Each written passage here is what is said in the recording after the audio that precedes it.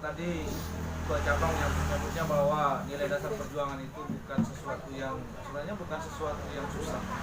Intinya adalah bagaimana kemudian NDP itu tidak hanya sebatas tataran teoritis. Kenapa dia susah? Kenapa itu sangat rumit? Itu sebenarnya adalah karena memang kita tidak memiliki komitmen. Kalau kemudian Ali Asgar Engineer nyebutnya bahwa komitmen ini yang kemudian menjadi tolak ukur apapun yang kita lakukan. Kalau kemudian dia NDP sebagai ruh perjuangan, maka yang paling awal dilakukan adalah bagaimana kita memiliki komitmen,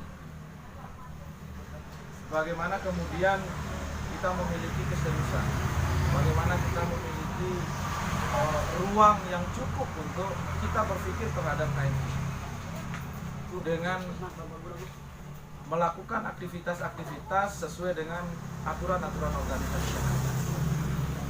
Jadi sesungguhnya berorganisasi itu adalah mencoba untuk tidak melakukan sesuatu yang sifatnya tidak melakukan secara koordinasi sebenarnya, dan kemauan harus didasari atas dasar keinginan yang kuat.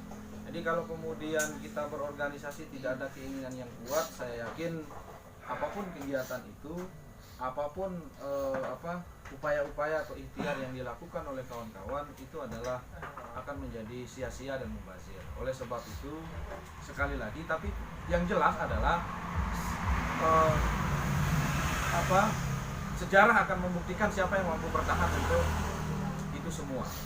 Dan itu kita harus betul-betul apakah kemudian pada lintasan-lintasan sejarah itu kita masuk pada tataran itu atau tidak. Itu kemudian harus diuji oleh ruang dan waktu. Oleh sebab itu berorganisasi apalagi kita di HMI, dari awal sudah saya sampaikan bahwa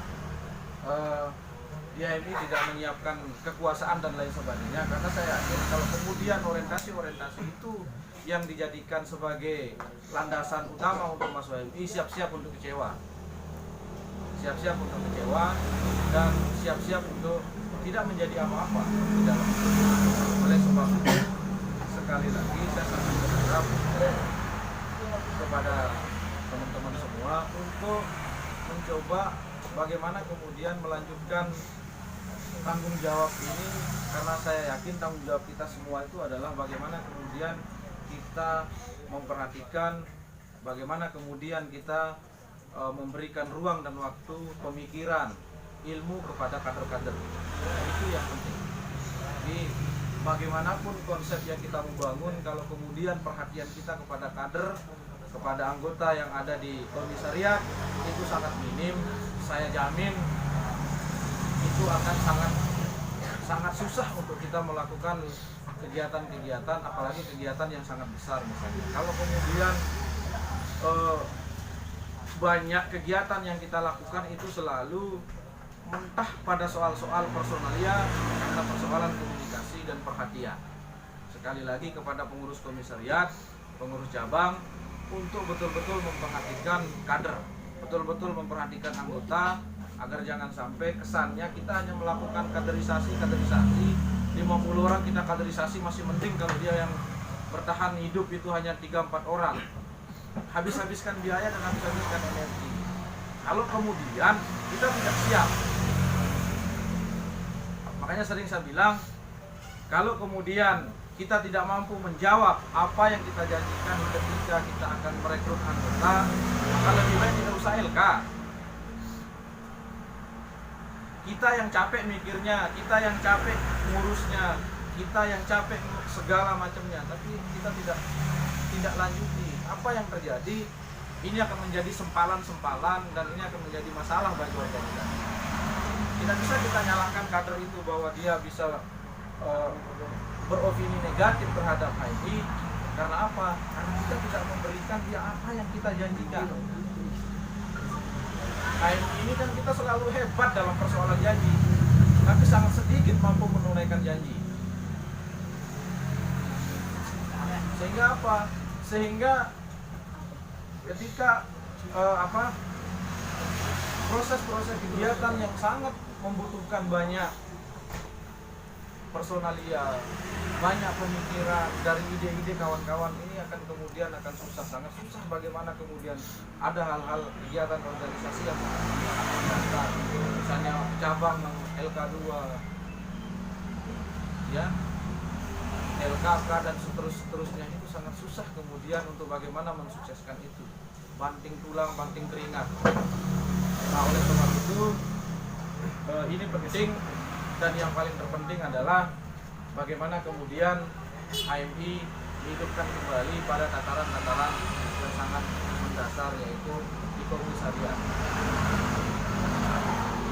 Kita sampaikan, silakan komisariat ketua umum lakukan hal-hal yang sederhana saja, karena berorganisasi itu adalah mencoba untuk bagaimana kita saling berkomunikasi. Jadi kalau kemudian komunikasi ini secara organisasi tidak berjalan lancar, maka itu akan susah untuk bagaimana kemudian organisasi berjalan dengan baik.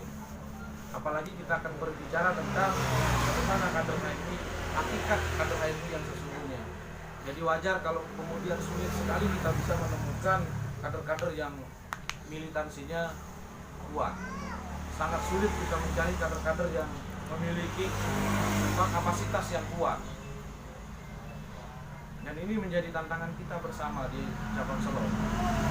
Dan itu harus kita jawab dan harus kita carikan solusinya. Makanya sering saya sampaikan sekali lagi kepada pengurus komisariat dan pengurus cabang, terutama untuk pengurus cabang memiliki kegiatan-kegiatan yang sangat sederhana saja untuk silaturahmi secara kontinu kepada komisariat untuk memberikan bimbingan dan arahan supaya nanti roda organisasi di komisariat itu bisa berjalan. Jadi saya ini kayak artis cabang Selong kayaknya. Jadi setiap ada apa-apa itu guys saya selalu nongol. Lama-lama saya nyalon ketum cabang besok. Teman-teman pilih. Ya sebelumnya terima kasih. Assalamualaikum warahmatullahi wabarakatuh. Waalaikumsalam warahmatullahi wabarakatuh. Berbicara perkendaraan HMI itu tidak akan pernah selesai dibicarakan. Karena permasalahan internal maupun eksternal itu selalu bergerak dia itu. Jadi kegiatan-kegiatan seperti ini harus sering dibicarakan. Jangan berpikir bahwa salah satu yang sering kita jadi alasan adalah kenapa kader tidak aktif, kenapa pengurus tidak aktif. Salah satu alasannya adalah faktor seleksi alam. Bahasa faktor seleksi alam itu adalah orang yang tidak paham NDP itu. Seleksi alam itu adalah meniadakan ikhtiar itu. Oh, Bapak. Ini bukan orasi.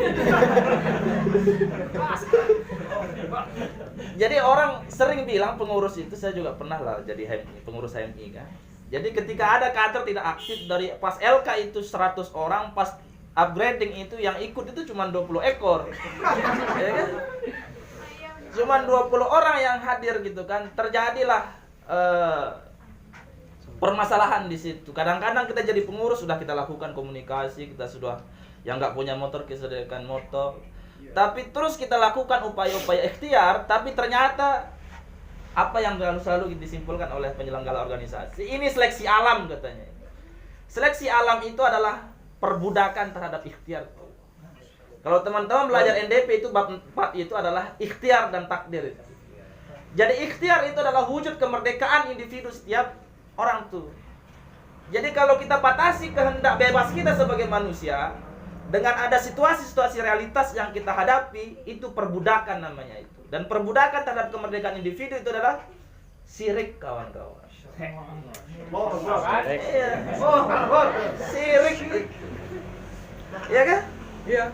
Karena kita menganggap ketika kita memperbudak diri kita dengan upaya-upaya rasional manusia itu, kita menganggap bahwa ada kekuasaan selain Tuhan. Iya enggak? Kita sudah meyakini dan mengimani bahwa tidak ada kekuatan yang paling besar kecuali kekuatan Allah itu sendiri. Tapi dengan realitas yang kita hadapi, kita menganggap wah ini seleksi alam. Ya enggak? Berarti itu syirik, itu menduakan kekuasaan Tuhan. Jadi itu teman-teman. Jadi HMI itu harus kerjanya kerja rasional. Jangan sedikit-dikit ditolak sama seseorang jadi kedukun, itu menolak rasionalitas. Nah, yang kedua, kerja-kerja organisasi itu kita bisa narasikan dalam teori-teori tertentu. Ada tokoh yang sering saya bicarakan semalam, saya diskusikan sama teman-teman YIH, bahwa tindakan-tindakan organisasi itu menurut Jürgen Habermas, jadi ada 4 tindakan tuh. Yang pertama tindakan teleologis namanya. Yang kedua itu tindakan normatif. Yang ketiga itu tindakan dramaturgi. Yang keempat itu tindakan komunikasi. Apa itu tindakan teleologi? Teleologi ya. Tindakan sesuatu orang beraktivitas dengan alasan tujuan tertentu. Jadi dia hanya fokus kepada tujuannya. Kenapa Anda kuliah? Saya ingin sarjana. Hanya itu tujuannya dia berkuliah itu. Tidak tujuannya ini sebagai. Ada namanya tindakan normatif. Kenapa Anda kuliah? Karena saya disuruh masuk kuliah sama dosen saya. Kalau saya nggak masuk, nanti saya nggak dapat nilai bagus. Ini macam-macam tindakan. Jadi kita bisa ilmiahkan tindakan dengan tindakan kita itu. Jadi tindakan normatif namanya.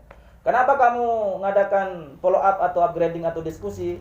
Kabit PA bilang ini sesuai dengan program saya. Ini sesuai dengan bidang saya. Jadi saya harus melakukan ini. Ya enggak? Yang penting jalan aja tapi tidak pernah berpikir hal yang substantif tuh.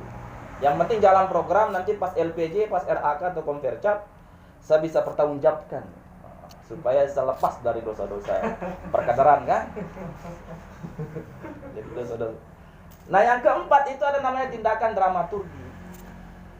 Saya tidak butuh HMI, tapi karena ada cewek di situ saya harus hadir untuk menunjukkan bahwa saya ini orang yang baik, orang yang pencitraan. Kalau diskusi saya tunjukkan kepinciran saya. Itu namanya tindakan dramaturgi atau tindakan pencitraan. Jadi tindakan dramaturgi. Yang keempat itu adalah tindakan komunikasi. Tindakan komunikasi itu hubungan dengan pengurus dengan kader itu subject to subject.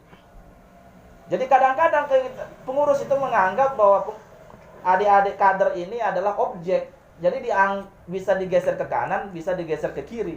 Tanpa ditanya tuh pendapatnya, menurutmu gimana diskusi yang baik itu. Makanya kita anggaplah kader-kader HMI ini sebagai subjek. Pengurus, teman-teman, kader-kader HMI coba dialogkan tuh. Jangan, wah nggak seru diskusinya, besok saya nggak mau hadir. Jangan begitu, itu bencong namanya itu. Ya. Kadang-kadang ada kader-kader berusaha kita kalau diskusi kemalaman katanya kan. Yang cewek besok saya boleh hadir. Itu cewek-cewek bencong. Ya. Maksud saya seperti itulah. Nah, dari landasan-landasan seperti itu, teman-teman semua jangan pernah berpikir kita teman-teman berHMI ini selalu mengosongkan mencari waktu kosong untuk berhimpunan. Tapi kosongkan waktu untuk berHMI.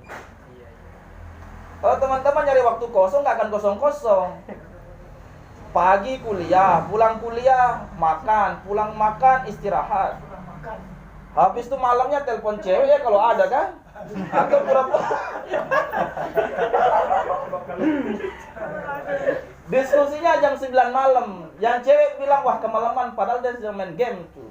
Nggak akan pernah kita hadir di ruang-ruang perkedaran di HMI kalau kita tidak mengosongkan waktu kita untuk berhimpun. Ya enggak? Ya enggak? Ya. Makanya teman-teman jangan jadi kader bencong. Ya enggak? Jangan jadi kader waria tuh. Jadi jadilah laki-laki dan jadilah perempuan yang sesungguhnya. Perempuan diskusinya gender gitu kan, kesetaraan gitu kan. Pas angkat batu disuruh laki-laki. Padahal yang ngangkat batu juga perempuan juga bisa angkat. Ya enggak? Jadi kesetaraan itu bukan faktor dia laki-laki atau perempuan, tapi siapa yang bisa mengangkat batu. Faktor siapa yang mampu, bukan faktor laki-laki atau perempuan. Ya enggak? Diskusi sampai malam, waduh, kos sudah tutup itu katanya. Kan nanti ibu kos marah-marah. Ibu kos Anda itu berarti mengizinkan kebodohan Anda. Kalau ibu kosnya melarang, pindah kos teman-teman.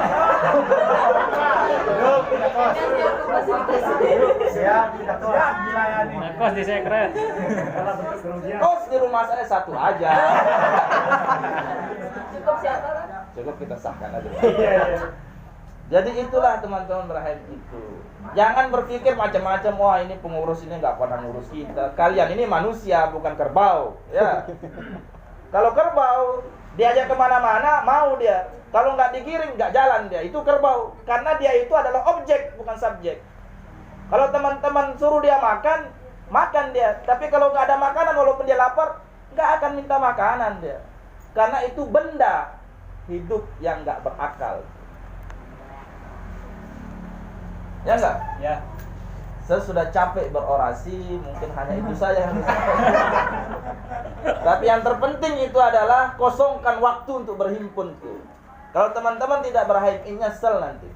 Saya dulu kuliah itu 7 tahun, 14 semester. Saya dari semester 1 sampai semester 7 saya menghadiri kegiatan komisariat itu ya. Tindakan yang saya gunakan adalah tindakan teleologis dan tindakan dramaturgi. Jadi itulah maksud saya dulu. Nah, semester 1 sampai semester 7 itu saya rajin kuliah. Saya taat sama dosen. Saya suruh buat makalah. Saya nggak punya laptop, teman-teman, satu kelompok biasanya kalau buat makalah 5 orang. Ente nggak usah buat makalah. Laptop ente kasih saya, ente bayar 10.000. Saya garap sendiri. Yang lain tak bagi-bagi, yang satu moderator, yang satu nutulen, yang satu narasumber ya saya. Nice. Karena dia nggak paham isi makalahnya kan. Enggak. Itu caranya. Tapi saya merenungkan bahwa ternyata saya tidak dapat apa-apa di sini. Pelajaran di kampus itu hanya mengulang pelajaran saya ketika di pesantren itu saja. Ya enggak? Pada akhirnya saya selesai KKN, saya keluar dari kampus itu. Enggak pernah saya tengok kelas itu. Nyampe kampus rapi-rapi, sampai kantin. Nah, selesai itu saya melalang buana, teman-teman. Saya berdiskusi dengan teman-teman komunitas, ternyata banyak dunia yang kita tidak ketahui. Kita terlalu besar dalam tempurung tuh. Dulu saya MTS Mualimin di Sanawiyah, saya anggap gedung STKIP yang begitu panjang itu paling mewah di Indonesia tuh. Saya masuk hijrah ke Jawa, SMA saya di sana, ternyata lebih besar SMA saya daripada STKIP. Jadi saya mau sombong gimana, saya bilang kan. Jadi bingung cara sombong kalau udah keluar tuh. Gak ada yang disombongkan. Jadi itulah teman-teman. Jadikan HMI the second campus. Ya mumpung teman-teman di komisariat aktif dan sebagainya. Ketika ada masalah organisasi, sampaikanlah gunakan rasio. Rasionalitas itu kemampuan kita membaca masa depan, itu rasional. Ya. Beda dengan logika, tapi rasional itu kemampuan kita membaca tanda-tanda ke depan. Ada rasionalitas, itu ada namanya rasionalitas instrumental. Jadi orang melakukan sesuatu itu hanya mencapai tujuan-tujuan tertentu saja. Jadi kalau ente mau jadi cepat wisuda, ente seminar proposal, buat skripsinya dan sebagainya. Yang penting lulus, isi skripsinya nggak diperhitungkan tuh. Yang penting wisuda. Itu namanya rasional instrumental. Ya. Dan ini sering terjadi dalam dunia akademik. Yang penting buat makalah jadi kan, nggak dimalah sama dosen, dapat nilai, selesai itu barang. Ya enggak? Ya apa enggak? Ente diem aja, dia apa enggak? Memang. Jadi itu saja teman-teman. Saya tidak ingin berbicara banyak karena saya bukan KBPA cabang. Jadi yang terpenting adalah mari kita menumbuhkan rasional-rasional yang kritis. Bila perlu besok kita adakan diskusi teori kritis dan kita sadar kenapa kita seperti ini, teman-teman. Ya. Itu saya teman-teman. Dan YAIH sudah memulai follow up-nya dengan bedah buku, teman-teman. 3 kali seminggu minimal pertemuannya itu. Kan gila itu. Pematerinya siapa? Mereka pematerinya. Gak perlu tergantung kepada senior-senior lain itu. Paham? Itu karena kita menanamkan dalam diri kita ini subjek bukan objek. Ya. Wah, senior saya nggak ada yang ngisi pemateri nggak. Kalau cabang tidak sempat hadir, teman-teman buat diskusi. Ya enggak? Oke, itu saya teman-teman, kurang lebihnya mohon maaf. Apabila ada akhlak saya yang kurang berkenan, saya mohon maaf. Billahi taufiq wal hidayah. Assalamualaikum warahmatullahi wabarakatuh. Waalaikumsalam warahmatullahi wabarakatuh. Cukup panjang ya pembicaraan kita pada malam hari ini. Saya harap apa yang kita diskusikan pada malam hari ini seperti